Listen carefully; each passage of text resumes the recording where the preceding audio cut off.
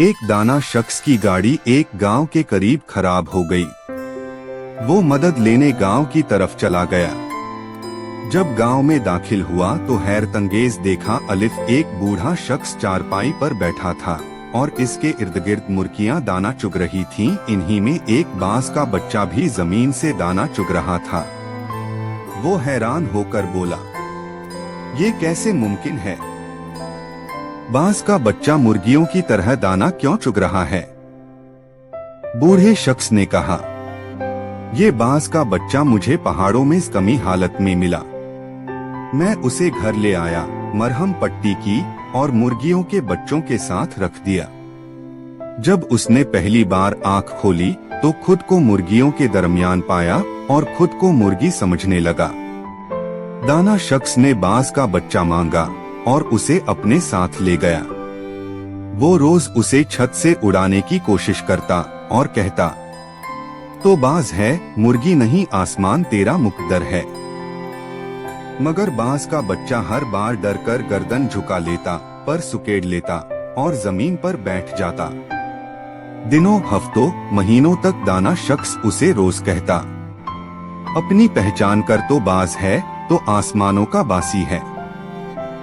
आखिर एक दिन वो उसे एक बुलंद पहाड़ पर ले गया और कहा, अब या उड़ जा या गिरकर खत्म हो जा, और उसे पहाड़ से नीचे फेंक दिया।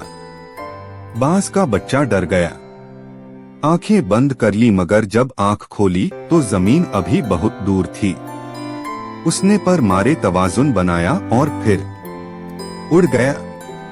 वो बुलंद से बुलंद तर होता गया, खुशी से चीखा, मैं बाज हूँ। नीचे वो दाना शख्स मुस्कुरा रहा था, मैंने तुझे कुछ नया नहीं दिया, बस तुझे तेरी पहचान याद दिलाई। ये सिर्फ बांस की कहानी नहीं, ये हम सबकी कहानी है। हम बांस के बच्चे हैं, मगर हमें मुर्गियों के दरमियान पाला गया। हमारे टीवी, अखबारात, मुआशरा हमें मुसलसल बताते हैं कि हम कमजोर हैं, कमतर हैं, नाकाम हैं। लेकिन नहीं, हम इस उम्मत के फर्द हैं जो सबसे बेहतरीन उम्मत है। हम इस मलिक के शहरी हैं जो एक अजीम ताकत है। हमारे अंदर वो सलाहियत है जो दुनिया को बदल सकती है। बस जरूरत है तो सिर्फ एक चीज की, अपने आप को पहचानो, अपनी हकीकत को मानो, मुर्गियों के बीच बाज बनो। अगर ये कहानी आपके दिल को छू गई हो, अगर ये किसी को जगा सकती हो, तो बराहे करम पसंद करें, शेयर करें, तबसरा करें, मैं बाज हूं।